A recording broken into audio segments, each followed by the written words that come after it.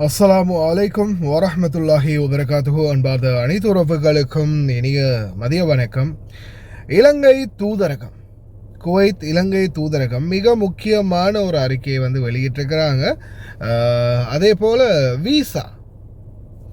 Visa பெறுபவர்கள் குவைத்துக்கு வரும்போது நிச்சயமாக நீங்கள் குவைத் நாட்டினால் அங்கீகரிக்கப்பட்ட, குவைத் நாட்டில் இருக்கும் தூதரகத்தால் அங்கீகரிக்கப்பட்ட எக்ரிமெண்ட், ஒப்பந்தம், அதோடு வந்தீங்கன்னா மட்டும்தான் உங்களுக்கு இந்த நாட்டில் ஏதாவது ஒரு பிரச்சனை நடந்தால் அந்த பிரச்சனைக்குரிய தீர்வுகளை எங்களுடைய இலங்கை தூதரகத்தால் பெற்றுக்கொள்ள முடியும்.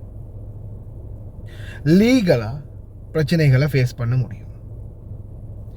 இதில் நிறைய பேர் இன்னைக்கும் ஒவ்வொரு யாருன்னே தெரியாது, யாருக்கு நம்ம பணம் கொடுக்குறோம்னே தெரியாது. யாராவது ஒருத்தர் அட்வர்டைஸ்மெண்ட் போட்டிருப்பான், இல்லை யாராவது ஒருத்தரை சொல்லியிருப்பாங்க, இந்த வீசா கொடுக்குறா, அவங்கள்ட்ட போய் வீசா கேட்டு பாருங்க அப்படின்னு. இப்படி யாரையுமே இனம் தெரியாத, அறிமுகம் இல்லாத நபர்கள்ட்ட நீங்கள் போய் உங்களுடைய பணத்தை கொடுத்து வீசாக்காக நீங்கள் அப்ளை பண்ணும்போது சில நேரங்களில் அவங்க பொய்யான நபர்களாக இருந்தாங்கன்னா உங்களுடைய பணம் பறிப்போகும்.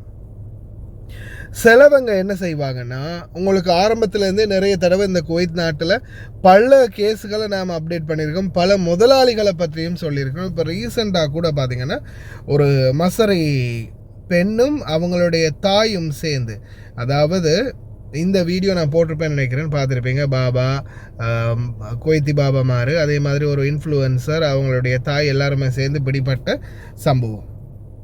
இதில் பார்த்தீங்கன்னா ரெசிடென்சி ட்ரேடிங் நெட்வொர்க் பிடிச்சிருக்காங்க. 364 ஒர்க்கர்ஸ், ஹியூமன் டிராஃபிக்கிங் கேஸ்.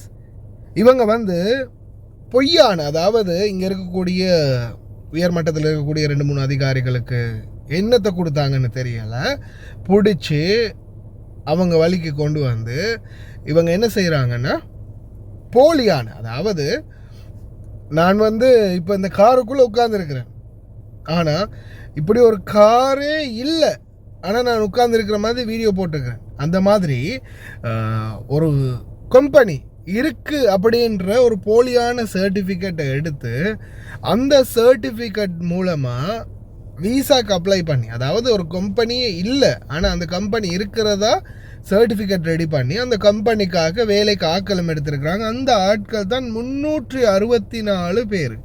எத்தனை? 364 பேர். அப்போது இந்த தொழிலாளர்களை பார்த்திங்கன்னா இந்த 364 பேரையும் வேலைக்கு போகிறதா கொண்டு வந்திருக்கிறாங்க.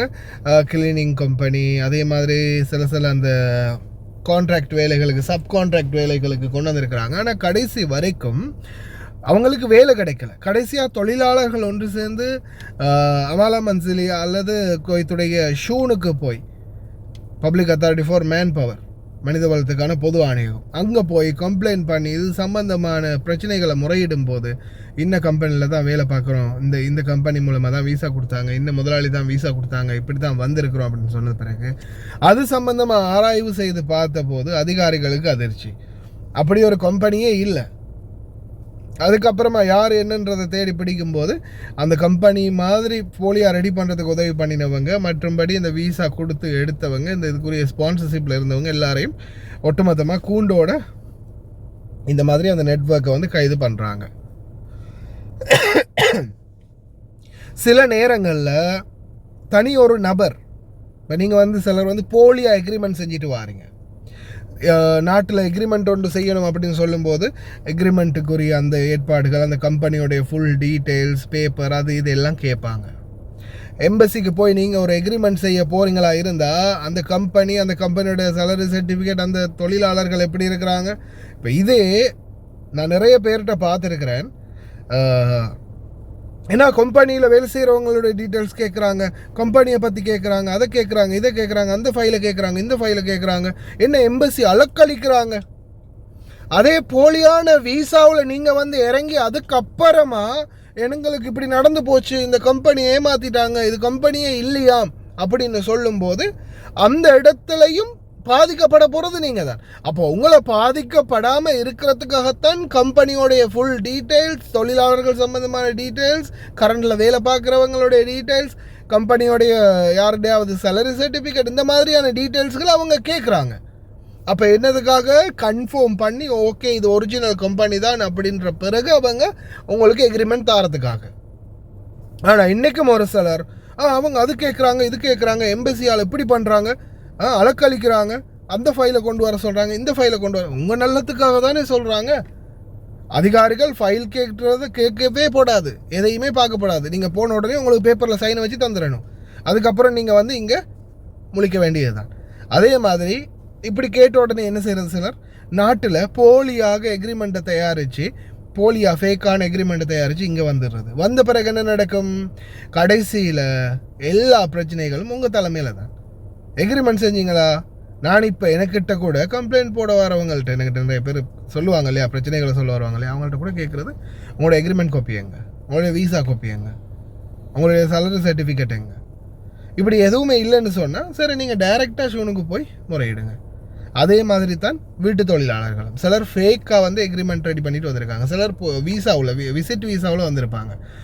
குவைத்தை பொறுத்தவரையில் விசிட் விசான்றது மிகவும் அரிது வாரது. விசிட் விசாவில் வேலை பார்க்க முடியாது. அது டைரக்ட் ஸ்பான்சர் அவங்களே எடுத்து அவங்களுடைய பேருக்கு மாற்றி கொண்டா மட்டுமே தவிர மற்றும்படி முடியாது. ஆனால் சிலர் இந்த அரபு நாடுகள், மற்ற யுனைடெட் அரப் எமிரேட்ஸ், கத்தார், இந்த மாதிரியான பல நாடுகளுக்கு போகிறவங்க என்ன செய்கிறாங்கன்னா ஃபேக்காக எக்ரிமெண்ட் ரெடி பண்ணிட்டு போகிறாங்க, ஒப்பந்தம். அதில் உண்மையான கஃபீல்ட சைனும் இல்லை, தொழிலாளர் சைனும் என்ன இருக்கலாம், நீங்கள் தானே வைக்க போகிறது. உண்மையான கஃபீல்ட சைனும் இல்லை, சீலும் இல்லை, எதுவுமே இல்லை, எல்லாமே ஃபேக். ஆனால் கடைசியில் இங்கே வந்த பிறகு மாட்ட போகிறது யார், நீங்கள். பணம் யாரோடதை பறிப்போகும்போது உங்களோடது. அதனால் தயவு செய்து சிந்திச்சு செயல்படுங்க. தயவு செய்து போலியான நபர்களை நம்பி ஏமாறாதீங்க, கவனமாக இருங்க. இலங்கை தூதரகம் விரைவில் உங்களுக்கு தமிழ்லையும் அந்த வீடியோ ரெடி பண்ணுவாங்க. இலங்கை தூதரகத்துடைய யூடியூப் பேஜில் போட்ட வீடியோவை நான் அட்டாச் பண்ணுறேன்னு பாருங்கள், சிங்களத்தில் இருக்கிறது தெரிஞ்சவங்க.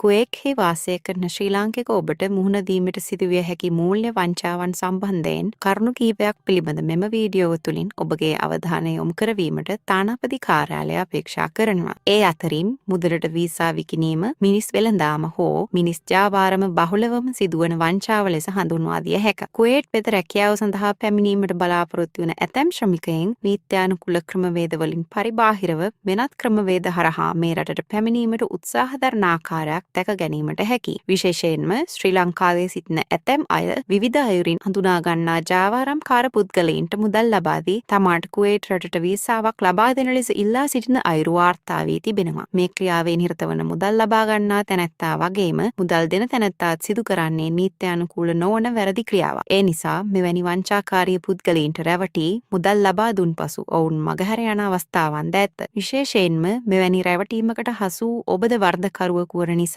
මුදල් ලබා දීම පිළිබඳ පිළිගත හැකි පැහැදිලි සාක්ෂි නොමැති නිසා නීතිය හමුවට ගොස් තමන්ට අහිමි වූ මුදල් නැවත ලබා ගැනීමට ඇති අවස්ථා සීමා සහිත බවද තානාපති කාර්යාලය ඔබට අවධාරණය කිරීමට කැමැති. කලින් සඳහන් කළ ජාවාරමට සමානව කුවේට් රටෙහි සේවයේ යෙදී සිටින ඇතැම් ශ්‍රී ලාංකිකයින් ජපානය, යුරෝපා රටවල් වෙත යාමටද ඇතැම් ජාවාරම්කාර පුද්ගලයින් හරහා වීසා ලබා ගැනීමට මේ වන විට උත්සාහ දරන අයුරු දැකගත හැකි. මේ අයුරින්ද ඔබට සිදුවන්නේ ඔබගේ මුදල් අහිමිව යාමයි. මෙවැනි වංචාකාරී පුද්ගලයන් බොහෝ අවස්ථාවල මෙම මුදල් ගන්දෙනු සූක්ෂමව හසුරවනු ලබයි. මේ ආකාරවලින් රැවටීමකට ලක් වූ පුද්ගලයින්ට එම මුදල් ආපසු ලබා ගැනීම සඳහා තානාපති කාර්යාලයට කළ හැකි දේ ඉතා සීමිත බවද දැනුම් දීමට කැමැත්තෙමු. ඒ නිසා නීත්‍යානුකූල ආයතන හරහා පමණක් කුවේට් රාජ්‍යද ඇතුළුව අනෙකුත් රටවලට වීසා අයදුම් කිරීමට හා රැකියා අවස්ථා ලබා ගැනීමට කටයුතු කරන ලෙසට තානාපති කාර්යාලය ඔබෙන් ඉල්ලා සිටීමට කැමැතියි. එලෙස මෙවැනි වීසා ජාවාරම්, මිනිස් ජාවාරම් වලට අමතරව ඇතැම් පුද්ගලයන් විවිධ සේවාවන් ලබා දෙන අරමුණින් මුදල් ගැනීම හෝ විවිධ මානුෂීය හේතු දක්වමින් ණයට මුදල් ලබාගෙන නැවත ගෙවීමකින් හෝ පොරොන්දු සේවාව ලබා දීමකින් තොරව මගාරින අවස්ථා අවස්ථා සහ